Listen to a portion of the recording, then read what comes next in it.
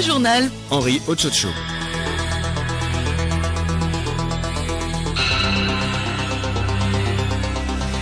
Il est exactement 12h30 sur les antennes de Radio Lomé.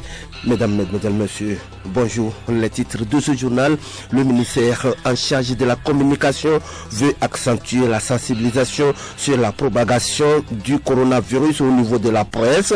Le ministre de tutelle, Folibasi Katari, a échangé ce matin avec les responsables des syndicats et organisations de presse.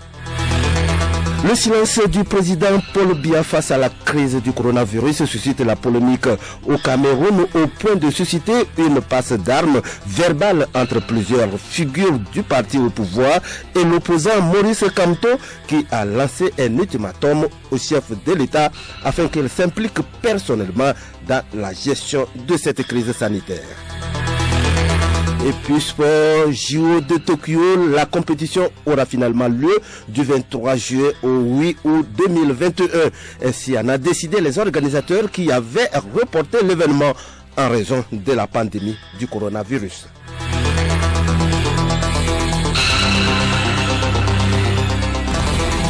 radiolomé.tg. Mesdames, Mesdemoiselles, Messieurs, une fois encore, bonjour. Le président d'Israël réagit après la réélection du président Faure Gnassingbé. Vous avez été toujours un ami fidèle d'Israël et nous espérons trouver de nouvelles opportunités pour développer la coopération entre nos deux pays et renforcer les relations amicales existantes. C'est exprimé Reuven Rivlin. En rappel, Faure Gnassingbé a été réélu avec plus de 70% des suffrages lors des élections présidentielles du 22 février dernier pour un autre mandat à la tête du Togo. Comment faire pour accentuer la sensibilisation sur la propagation de la pandémie du coronavirus? Le ministre en charge de la communication a échangé ce matin à son cabinet avec les responsables des syndicats et organisations de presse. Geneviève. Oui, il s'agit pour le ministre Folibasi Katari de recueillir des propositions de ses responsables des organisations de presse afin de renforcer la sensibilisation autour de la pandémie de coronavirus. Au cours des échanges, le ministre a salué la spontanéité des médias dès l'apparition du virus avant d'estimer qu'un accent particulier doit être mis sur la prévention. Dans leurs interventions, les responsables de presse ont soulevé un point essentiel qu'est la non-implication en amont des médias dans la lutte. Ils ont fait des propositions posées et des doléances. Tout compte fait, l'arme la plus efficace contre la propagation du Covid-19 est le respect des mesures barrières prises par le gouvernement. Henri, nous reviendrons sur les éléments sonores de ce sujet dans nos prochaines éditions. Merci à toi Geneviève Pogno. Coronavirus toujours, coordination de la sensibilisation sur le Covid-19 au Togo. Le ministre Gilbert Bawara, en charge de la fonction publique, a échangé hier lundi à Lomé avec les responsables des syndicats et du secteur privé. Au menu des discussions, les mesures prises par l'État pour indiquer la pandémie. Ils ont également échangé sur l'après-Covid-19, une occasion pour le ministre Bawara de faire appel au bon sens. Chacun à son niveau a essayé de prendre des dispositions, des mesures, principalement pour relayer les mesures de prévention, de précaution et de protection qui ont été adoptées par le gouvernement. Et nous avons estimé qu'à ce stade, il est important de nous retrouver, de faire un point de la situation, de nous concerter, de voir comment, au-delà des initiatives et des actions individuelles, nous pouvons davantage coordonner et créer davantage de synergie, mettre nos efforts en commun en vue, d'une part, de renforcer la sensibilisation, l'éducation civique et citoyenne, la pédagogie, l'information en direction de la population togolaise de manière générale, mais surtout en direction des travailleurs et des salariés, secteur public, privé, parapublic, mais sur tous les lieux de travail, dans les milieux professionnels, faire en sorte que nous puissions voir comment à l'avenir nous allons continuer à nous concerter, à assurer un suivi coordonné de la lutte implacable qui doit être menée face à la pandémie du coronavirus. Alors je voudrais profiter à la fois pour dire à quel point le gouvernement est satisfait du niveau de solidarité, du niveau de soutien et d'engagement qui ont été constatés au niveau des partenaires sociaux, au niveau des opérateurs économiques, au niveau des entreprises, au niveau des organisations syndicales, avec des initiatives, des actions tendant à sensibiliser les entreprises, à sensibiliser les travailleurs. Dans la situation de crise, il faut que chacun fasse preuve davantage de bon sens. Le bon sens doit conduire à ce que, même si certaines mesures n'ont pas été adoptées formellement, il faut s'interroger sur les attitudes, les comportements qui doivent permettre de préserver, de protéger chacun de nous, mais également de protéger nos entourages, de protéger la collectivité nationale. C'est pourquoi nous avons également voulu lancer un appel collectivement à la population togolaise, aux opérateurs économiques, aux salariés, aux travailleurs, pour que le bon sens prévale. Se réjouissant de la gestion efficace de la pandémie par l'État, le secteur privé, par l'intermédiaire du président de la Chambre du commerce, a encouragé le gouvernement à prendre des mesures idoines pour protéger davantage la population pendant et après le Covid-19. Germain Meba, que nous écoutons. Au nom du secteur privé togolais, remercier le gouvernement pour la gestion efficace de la problématique de cette pandémie qui nous a surpris depuis un certain temps. Nous n'allons pas nous appesantir sur les effets néfastes, mais encourager le gouvernement à continuer à prendre les mesures idoines en conduisant à protéger la population togolaise tout entière.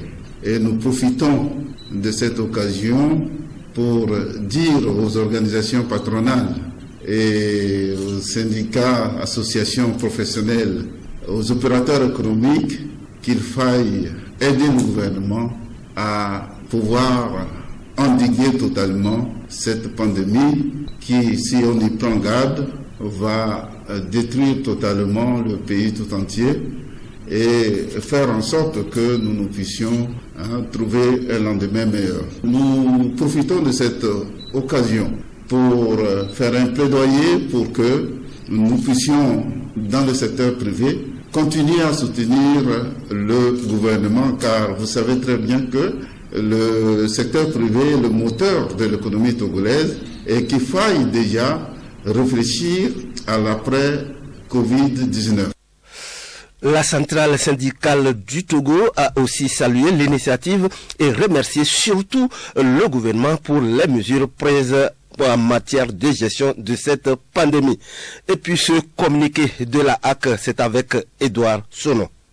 Décision numéro 15 HAC-P-20 portant suspension de l'hebdomadaire Fraternité. Vu le rapport des services de monitoring de la HAC en date du 25 mars 2020 relatif à l'article à la une de l'hebdomadaire Fraternité titré Suspension des journaux, l'alternative et liberté du zèle, rien d'autre, de la parution numéro 353 du 25 mars 2020, vu le rapport du service de monitoring relatif à l'émission Club de la presse diffusée en direct sur les antennes de Radio Canal FM le 25 mars 2020, à laquelle a participé le directeur de publication de l'hebdomadaire Fraternité, M. Joël Vignon-Kossi Ega, vu les propos discourtois, injurieux et diffamatoires à l'endroit des membres de la HAC, publié dans l'article du 25 mars 2020 de l'hebdomadaire au sujet des mesures disciplinaires prises à l'encontre des journaux L'Alternative et Liberté en confondant la présentation des preuves et la divulgation des sources, considérant que les mêmes propos ont été repris par le directeur de publication de l'hebdomadaire Fraternité au cours de l'émission Club de la presse de Canal FM le 25 mars 2020, considérant que la HAC a, le 25 mars 2020, invité le directeur de publication de l'hebdomadaire Fraternité, M. Joël Vignon-Kossi-Ega à une séance d'audition le lundi 30 mars 2020 pour échanger sur le contenu de l'article publié dans le numéro 353, considérant que pour répondre à cette audition, le directeur de publication de l'hebdomadaire Fraternité s'est fait accompagner d'un comité de soutien comme groupe de pression, contrairement aux dispositions de l'article 1er de la loi organique relative à la haute autorité de l'audiovisuel et de la communication, considérant qu'au cours de l'audition, M. Joël Vignon-Kossi-Ega a affiché un comportement de défi à l'endroit des membres et à l'autorité de la HAC, considérant qu'en publiant cet article, l'hebdomadaire Fraternité n'a pas respecté les règles professionnelles en violation des dispositions du Code de déontologie des journalistes du Togo, du Code de la presse et de la communication et de la loi organique relative à la HAC, considérant que par ses propos et son comportement, M. Joël Vignon-Kossi-Ega n'a pas voulu reconnaître ses erreurs.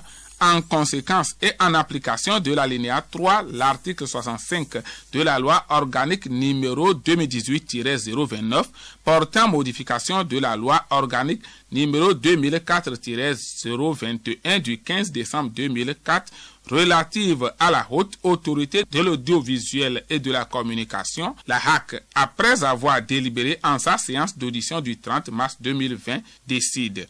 Article 1er.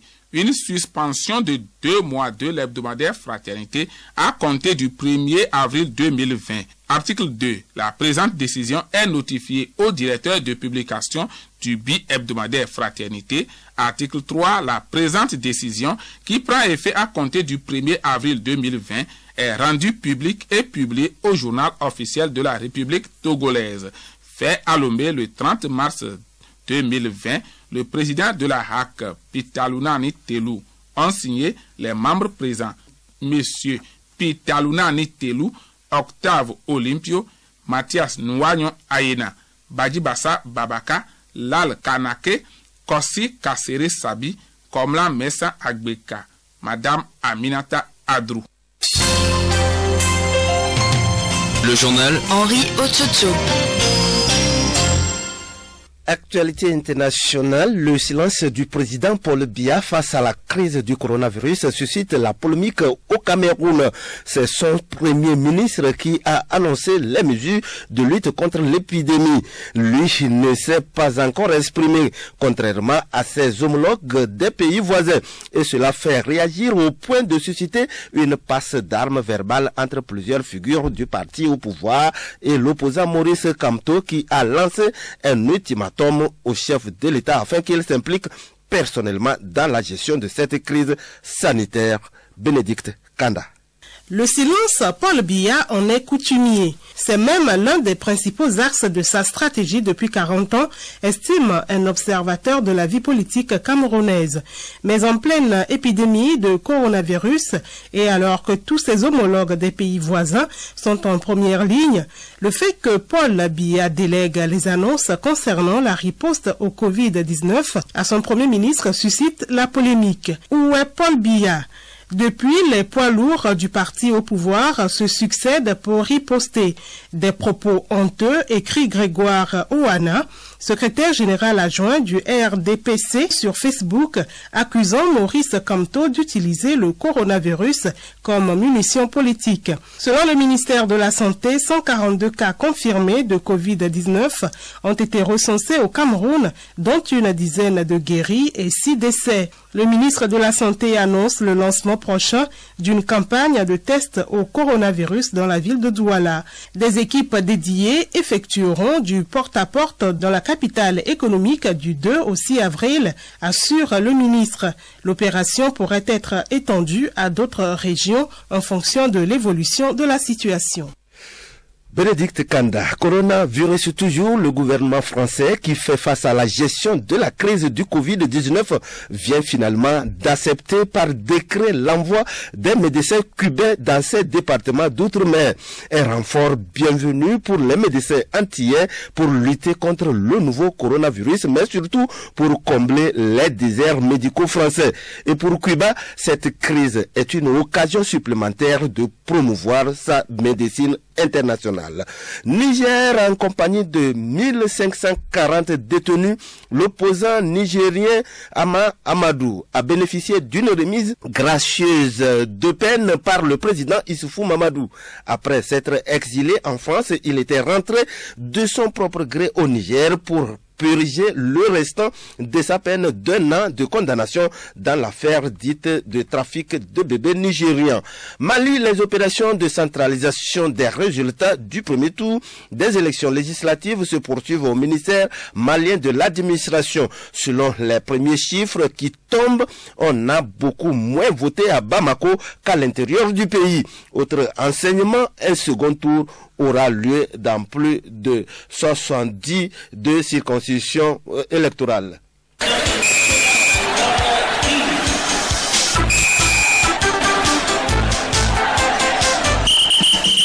Sport, Jeux olympiques de Tokyo, les milliers d'athlètes du monde peuvent exulter. Les épreuves auront finalement lieu du 23 juillet au 8 août 2021. Ainsi en ont décidé le gouvernement japonais et le CEO Théophile Dandakou. Prévu initialement du 24 juillet au 9 août 2020, les Jeux olympiques seront toujours maintenus à Tokyo au Japon en 2021, du 23 juillet au 8 août. Ce report d'1 an pour cause du coronavirus fait tache d'huile dans l'histoire des Jeux olympiques, car jamais de mémoire d'homme cette compétition planétaire n'a été repoussée. Les milliers d'athlètes seront donc à ce rendez-vous. Dans le vocabulaire olympique, le mot athlète désignant tout pratiquant d'une discipline sportive retenue pour les Jeux olympiques, qu'il s'agisse de la boxe, du football, du taekwondo, etc. Le Togo, comme d'habitude, y sera donc dans diverses disciplines sportives sur lesquelles nous reviendrons dans nos prochaines éditions. Pour l'heure, désigné 3 fois pour organiser les Jeux olympiques, Tokyo réussit finalement 2 fois. En 1940, par exemple, les Jeux olympiques prévus au Japon avaient été annulés pour cause de la Deuxième Guerre mondiale. Le Japon a donc organisé les Jeux olympiques de 1964. La désignation pour Tokyo 2020 a été possible à Buenos Aires, en Argentine, le 7 septembre 2013. Si les Jeux olympiques 2021 tiennent à Tokyo, ce sera pour la première fois qu'une capitale va organiser 2 fois cette compétition. Pour mémoire, les Jeux olympiques avaient commencé en 1896. Très souvent, à ces Jeux olympiques, l'Europe se taille la part du lion en termes du nombre de pays participants. Au total, 208 pays étaient au rendez-vous en 2016 et ils le seront davantage à Tokyo en 2021 contre seulement 93 en 1964.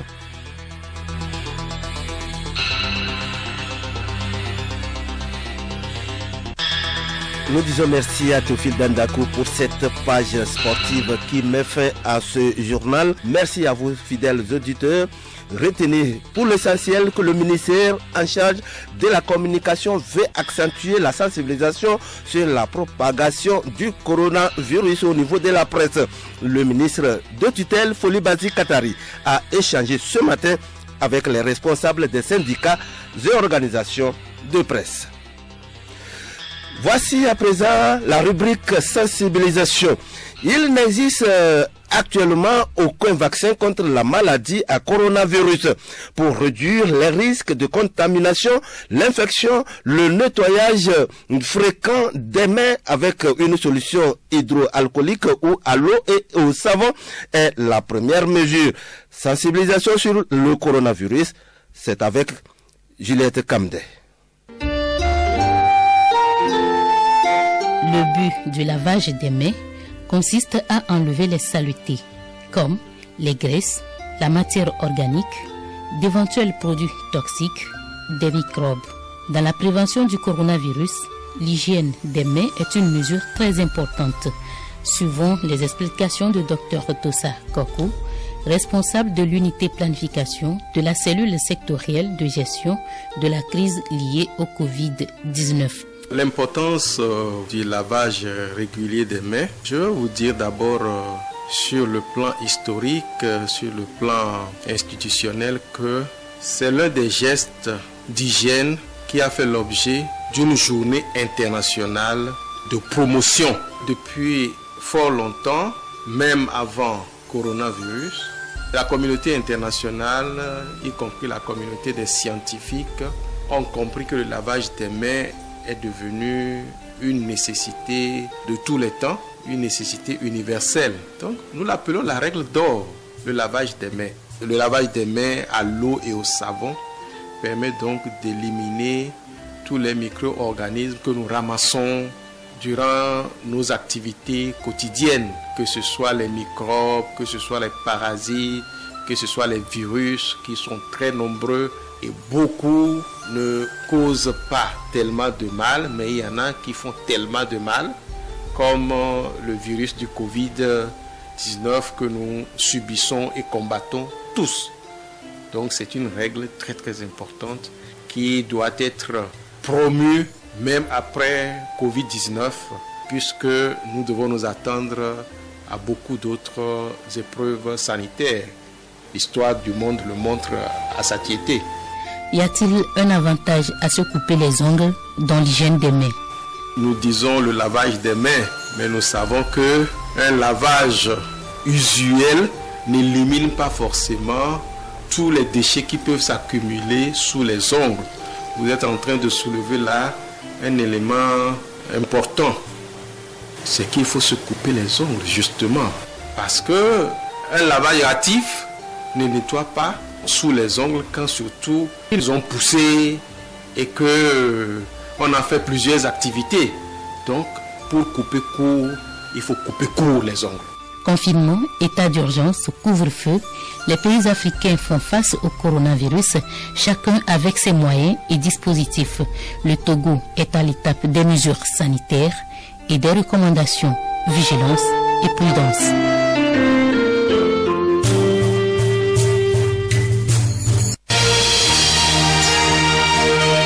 Radio Lomé, boîte postale 434, email radiolomé@radiolomé.tg.